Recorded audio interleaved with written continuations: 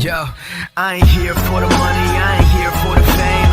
Though it might be nice to own a jet plane, I'ma do it all for you. Come along and see it's true, but the world is pretty cold. You might need a sweater too. I'ma put a ride on ya. Sepertinya yang mendapatkan bukti duluan, keterangan duluan Komnas HAM. Buktinya berupa apa sih Pak? Sebenarnya yang memang belum Bukti yang menunjukkan semakin terang dan detailnya peristiwa tersebut, yang bisa kita lihat, yang bisa kita pegang. Menurut pihak kepolisian mereka melakukan otopsi. Oke, tapi kemudian sudah dilakukan dan hasilnya juga sudah diberikan? Tidak. Tidak diberikan? Tidak. Hanya melihat secara langsung dengan mata? Alhamdulillah saya melihat yang pertama, jenazah pertama ya, atas nama Andi Oktiawan, di situ juga bersama paman almarhum.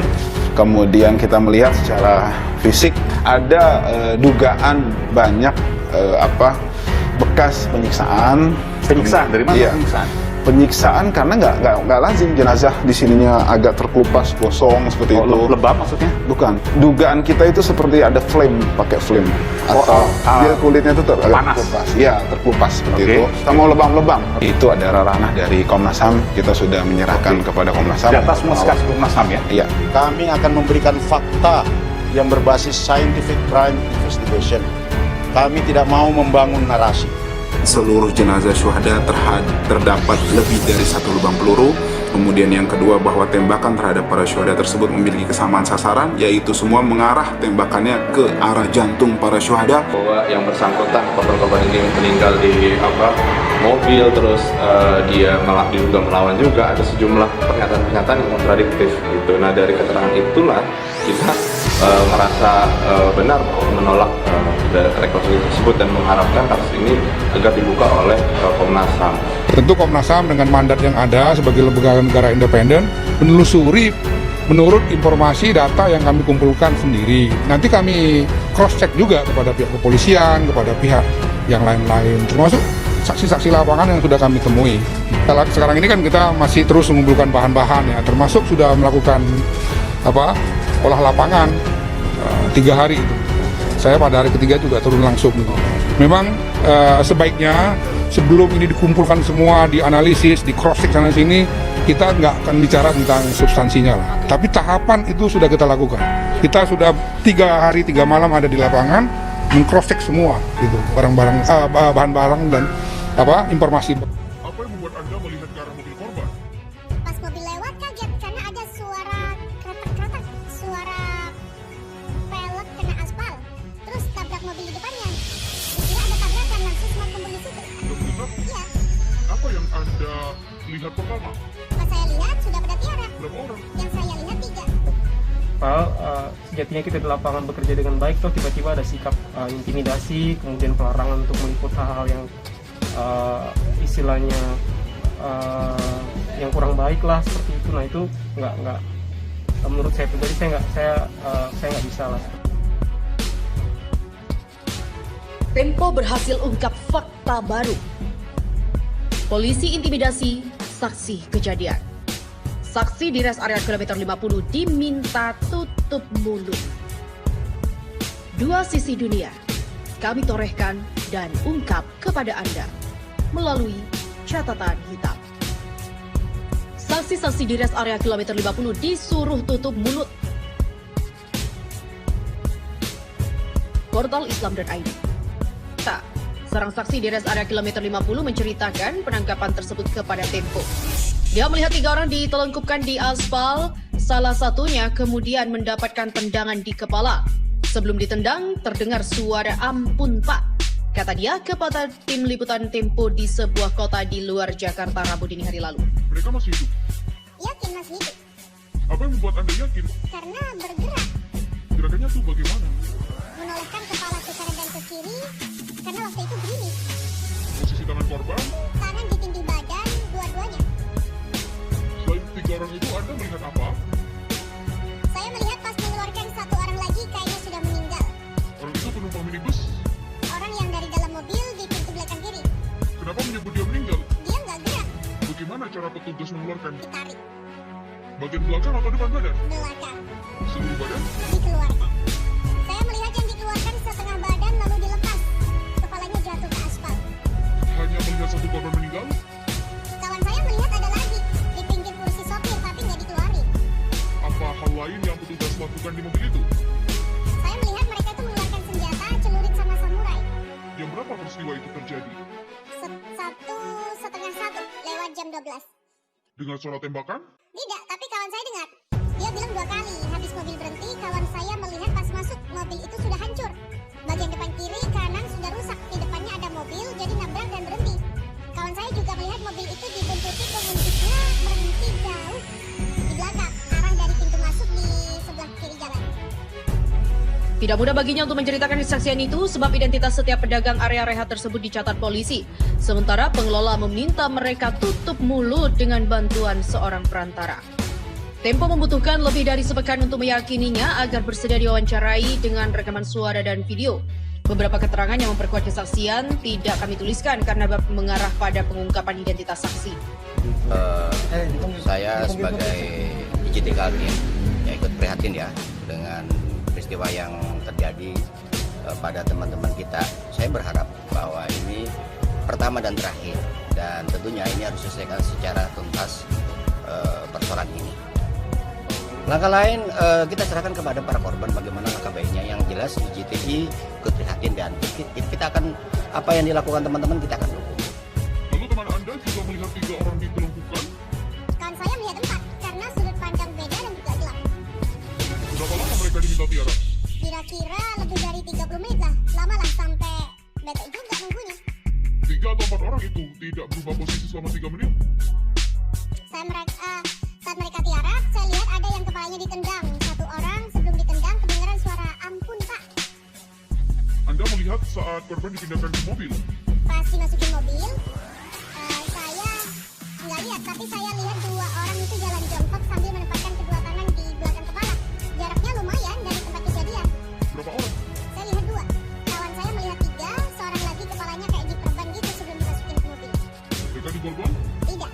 Mengapa Anda mengatakan petugas telah berada di lokasi sebelum kejadian? Mereka ada sejak Minggu 6 Desember sore menjelang maghrib, pas wudhu mau sholat maghrib. Senjatanya diselemparin di punggung. Apa warna seragamnya? Hitam-hitam. Anda yakin mereka bukan cuma sedang maghrib? Kalau pengunjung nggak bakal lama di situ.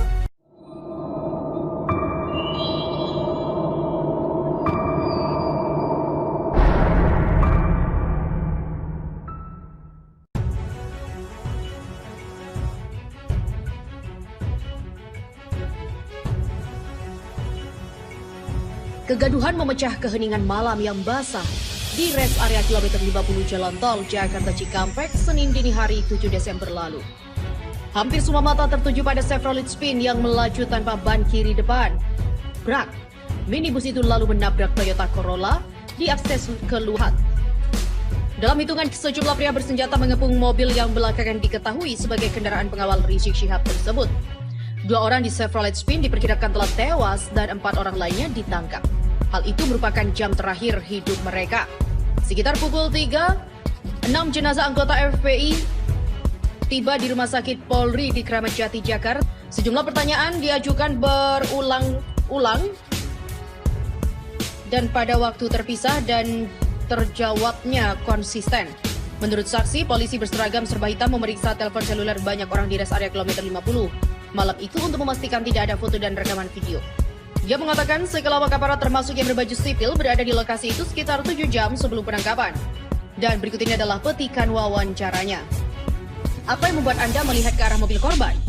Pas mobil lewat kaget karena ada suara kretak-kretak, suara pelek kena aspal. Terus tabrak mobil di depannya. Dikira ada tabrakan, langsung semua kumpul di situ. Anda mendekat? Iya. Di mana saksi mendeskripsikan posisi dan dekatnya jarak dia dari mobil tersebut. Apa yang Anda lihat pertama? Pas saya lihat sudah pada tiarap. Berapa orang? Yang saya lihat 3. Mereka masih hidup. Yakin masih hidup. Apa yang membuat Anda yakin? Karena bergerak. Gerakannya tuh bagaimana? Menolehkan kepala ke kanan dan ke kiri karena waktu itu gerimis. Posisi tangan korban, tangan ditindih badan dua-duanya. Selain 3 orang itu, Anda melihat apa? Saya melihat pas mengeluarkan 1 orang lagi kayaknya sudah meninggal. Orang itu penumpang minibus, orang yang dari dalam mobil di pintu belakang kiri. Kenapa menyebut dia meninggal? Dia nggak gerak. Bagaimana cara petugas mengeluarkan? Ditarik. Bagian belakang atau depan badan? Belakang. Seluruh badan dikeluarkan. Saya melihat yang dikeluarkan setengah badan lalu dilepas. Kepalanya jatuh ke aspal. hanya melihat satu korban meninggal. Kawan saya melihat ada lagi di pinggir kursi sopir tapi nggak dikeluarin. Apa hal lain yang petugas lakukan di mobil itu? Saya melihat mereka itu mengeluarkan senjata, celurit sama samurai. Jam berapa peristiwa itu terjadi? 1:30 lewat jam 12. Dengar suara tembakan? Tidak, tapi kawan saya dengar. Dia bilang 2 kali. Habis mobil berhenti, kawan saya melihat pas masuk mobil itu sudah hancur. Bagian depan kiri, kanan sudah rusak. Di depannya ada mobil, jadi nabrak dan berhenti. Kawan saya juga melihat mobil itu dibuntuti penguntiknya berhenti jauh di belakang, arah dari pintu masuk di sebelah kiri jalan. Lalu teman Anda juga melihat 3 orang ditelungkupkan? Kawan saya melihat 4 karena sudut pandang beda dan juga gelap. Berapa lama mereka diminta tiarap? Kira-kira lebih dari 30 menit lah. Lama lah sampai bete juga nunggunya. 3 atau 4 orang itu tidak berubah posisi selama 3 menit. Saat mereka tiarap, saya lihat ada yang kepalanya ditendang. 1 orang sebelum ditendang kedengaran suara ampun pak. Anda melihat saat korban dipindahkan ke mobil. Pas dimasukin mobil, saya nggak lihat, tapi saya lihat 2 orang itu jalan jongkok sambil menempatkan kedua tangan di belakang kepala. Jaraknya lumayan dari tempat kejadian. Berapa orang? Saya lihat 2. Kawan saya melihat 3, seorang lagi kepalanya kayak diperban gitu sebelum dimasukin ke mobil. Mereka diborgol? Tidak. Mengapa Anda mengatakan petugas telah berada di lokasi sebelum kejadian? Mereka ada sejak Minggu 6 Desember sore menjelang maghrib, pas wudhu mau salat maghrib. Senjatanya diselempangin di punggung. Apa warna seragamnya? Hitam-hitam. Anda yakin mereka bukan cuma sedang mampir? Kalau pengunjung nggak bakal lama di situ. Apa yang mereka lakukan selama 7 jam itu? Teman saya melihat mereka ngopi, ditanya ada kegiatan apa, dijawab yang baju hitam. Lihat aja ntar, pokoknya spesial. Mereka ikut dalam pengepungan. Yang bawa laras panjang itu menjaga biar nggak ada yang berkerumun. Orang-orang yang mau mendekat itu diusir pas mau akhir penangkapan kayak razia gitu. Nggak boleh rekam video, nggak boleh ada foto, handphone dilihat sampai ke galerinya. Berapa orang yang meriksa telepon? Saya lihat 2 orang yang pakai baju hitam. Semua pedagang diperiksa teleponnya? Tidak, yang dekat lokasi aja. Sampai rombongan pergi, saya masih mendengar mereka tuh memeriksa HP. Sekitar jam berapa rombongan polisi meninggalkan lokasi? Tidak tahu. Di mana majalah Tempo edisi 14 Desember 2020 menuliskan polisi beranjak dari rest area kilometer 50 sekitar pukul 1:30. Lalu polisi pergi secara berombongan, berurutan satu-satu. Sering menyaksikan polisi menangkap orang di rest area kilometer 50? Baru pertama kali ini. Apakah polisi menyebutkan 4 korban ditembak akibat melawan petugas di kilometer 51+200? Anda mendengar letusan senjata sesaat setelah polisi berangkat? Nggak ada. Teman Anda mendengar? Tidak. Begitulah petikan percakapan wartawan dengan saksi. Sementara strategi Komnas HAM sangat mengejutkan, polisi makin ketar-ketir. Komisi Nasional Hak Asasi Manusia atau Komnas HAM akan meminta keterangan Kabareskrim Polri, Komjen Pol Listio Sigit Prabowo terkait autopsi 6 jenazah Laskar FPI. Hal itu disampaikan oleh Ketua Tim Penyelidikan Komnas HAM Khairul Anam pada Rabu 16 Desember. Tim penyelidikan Komnas HAM RI telah melayangkan surat panggilan kepada Bareskrim Mabes Polri untuk dimintai keterangan tambahan terkait dengan proses autopsi. Pemanggilan oleh pihak Komnas HAM tersebut juga ditujukan kepada dokter yang melakukan autopsi pada ke-6 jenazah Laskar FPI tersebut. Keterangan tersebut merupakan bahan untuk memperdalam prosedur serta autopsi yang dilakukan serta menjadi salah satu kunci untuk memperjelas apa yang terjadi pada peristiwa itu. Sebelumnya, Kapolda Metro Jaya Irjen Pol Fadil Imran berjanji pihak kepolisian akan memberikan data transparan kepada Komnas HAM dalam melakukan penyelidikan. Selain itu, Khairul juga berterima kasih kepada masyarakat yang ikut serta dalam memberikan keterangan dan informasi terkait dengan peristiwa tewasnya 6 Laskar FPI beberapa waktu lalu. Pihak Komnas HAM juga telah meminta keterangan dari Direktur Jasa Marga, pihak FPI, saksi, keluarga korban, serta masyarakat. Bahkan upaya pemantauan lapangan secara langsung telah mereka lakukan.